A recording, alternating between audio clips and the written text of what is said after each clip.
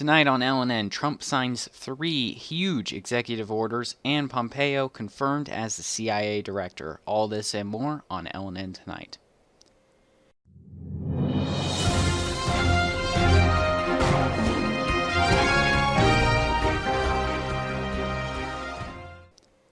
Breaking news tonight as Trump signed 3 major executive orders. David, what were these 3? Yeah, he's getting to work right away, just like he said he would in his campaign. The biggest one is he signed an executive order that will withdraw the U.S. from the Trans-Pacific Partnership, or the TPP. The other one reinstates Mexico City policy dealing with non-governmental organizations and abortion access. And the third one is a freeze for the federal workforce hiring. Now, the workforce hiring is pretty standard. Barack Obama did that when he came to the office, and every president I think since Reagan has done that, just to show, hey, we're going to be efficient. We're not going to waste money. The freeze only applies to non-military, by the way. Military is exempt from that. The other one, which I think you'll like very well, is the abortion Mexico City policy, originally announced by President Reagan back in '84, which required non-governmental organizations to agree as a condition of receiving any federal funding that they would neither perform nor actively promote abortion as a method of family planning in other nations. Now, this one's gone back and forth depending on who's in power. Like, obviously, a Republican president would want it in place, a Democrat president would not. So that's gone back and forth. And, of course, Trump being a Republican is very pro-life as part of his platform. I think he's changed about that in the past, but as a Republican president, I guess he better follow that one. And the last one is the big one. The Trans-Pacific Partnership is an enormous trade deal. They aligned the U.S. with 11 other nations in the Asia-Pacific region, including Japan, Australia, Vietnam, Canada, and Mexico. The agreement eliminates thousands of tariffs and streamlines regulations. And, of course, Trump, wanting to do what's best for America in his campaign promises, removed the U.S. from that, wanting us to negotiate separately with each country for their own deals and tariffs. He's also mentioned that if you're going to take jobs out of the country, you're going to be hit with a big exit tax when you come out. So this isn't a big surprise. What do you think of these moves, Daniel? I honestly can't disagree with any of these. He said he was going to do them. He did it. He's kept more campaign promises than Obama had in 8 years so far. So, he did what he said he was going to do, and I happen to agree with basically everything he did here. My only problem is he did it through executive order. I wish he would have done it through Congress. I don't like the idea that he's just going to sit there and sign things without any congressional oversight. So that's my only problem with it. Well, I mean, I think a lot of his executive orders, which may a lot of them are probably going to just be undoing Obama's executive orders. So That's I'm true. hoping in the beginning the executive orders he does do are just to undo the ones Obama did. And that way, once he does that, then we can get back to a more legislative process. Yeah, I agree with that. Our second story tonight here as Pompeo has been confirmed by the Senate to become the CIA director. Did anyone voice any opposition to this?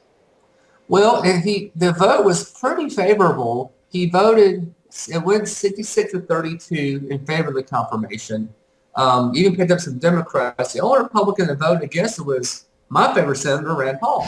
Um, I think his issue with Pompeo, as many people, Bernie Sanders, others had with him, was his use of electronic surveillance and torture. So a lot of Democrats didn't like that. Also, people who are very strong Fourth Amendment people aren't fans of that. I'm not a fan of that myself. I don't want the government to be able to spy on me. And Edward Snowden started the whole controversy, right, when he pretty much ran out the government for doing something they shouldn't be doing. So this is contested for a while, but he eventually got the nod. Yeah, and Bernie Sanders was along with Rand Paul there and opposing him, citing that Pompeo's support for the broad collection of metadata, and Bernie Sanders voted against him as a result of that. But he did win some Democratic votes that gave him a favorable confirmation, and he is now the CIA director. So, next story tonight here as replacement plans for Obamacare have been released by multiple senators. David, what do you think will end up being passed?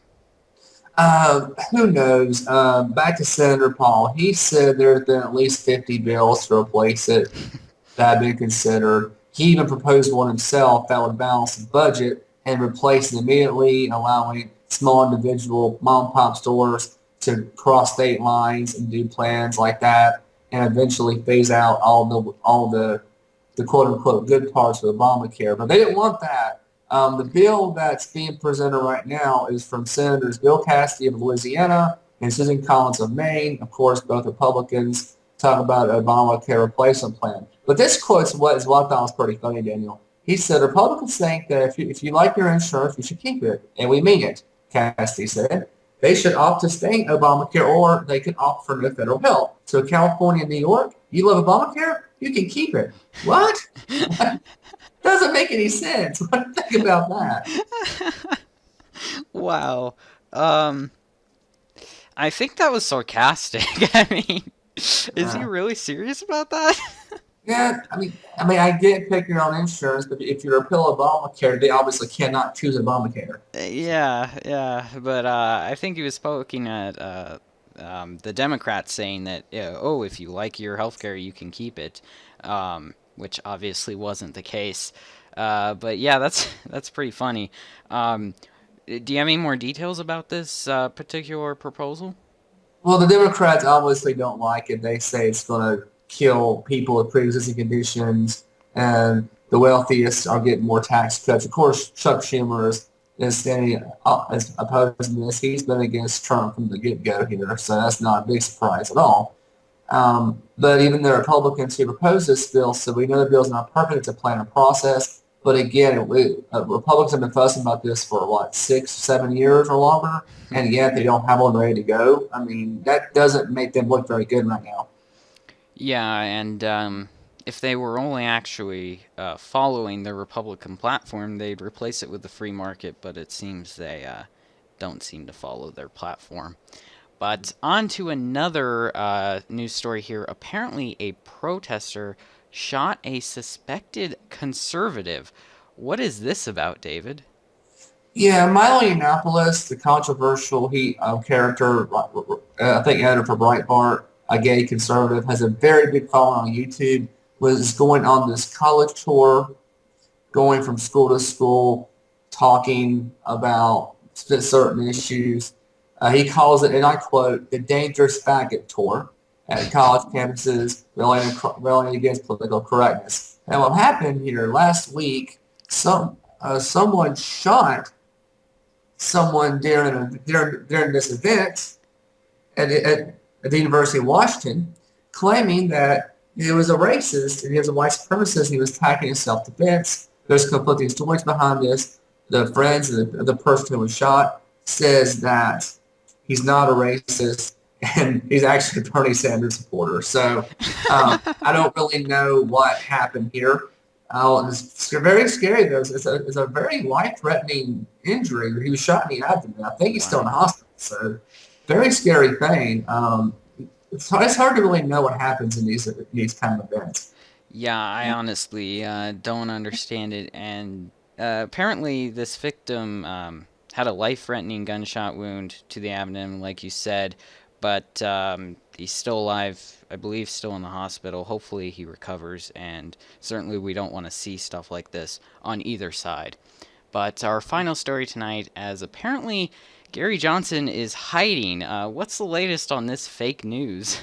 Yeah, I saw this article you shared me. I thought it was hilarious. It's nice to be something me and Daniel maybe try and do on a nightly basis. Just lighten it up a little bit, do a little gag story. Hmm. Now, this is a fake story, of course. It was published by Above Average, Comedy's Overachiever, where supposedly Gary Johnson was hiding under the Oval Office desk since last Friday, in a last-ditch effort to try to show he's relevant and to influence the White House. And it says Johnson reportedly takes pride in his hiding abilities, having hidden his incompetence while holding various government roles. Ouch. And I love this one. Counselor Kellyanne Conway says that the Trump team is aware of Johnson's presence in the Oval Office, but Chile could not care less. I thought this was a good one. Yeah, this was great. I love it. We'll probably leave a link to this article down in the description if you guys want to read that. But that will do it here on LNN Tonight. I'm Daniel Morrison alongside David Knight, and we will see you guys tomorrow.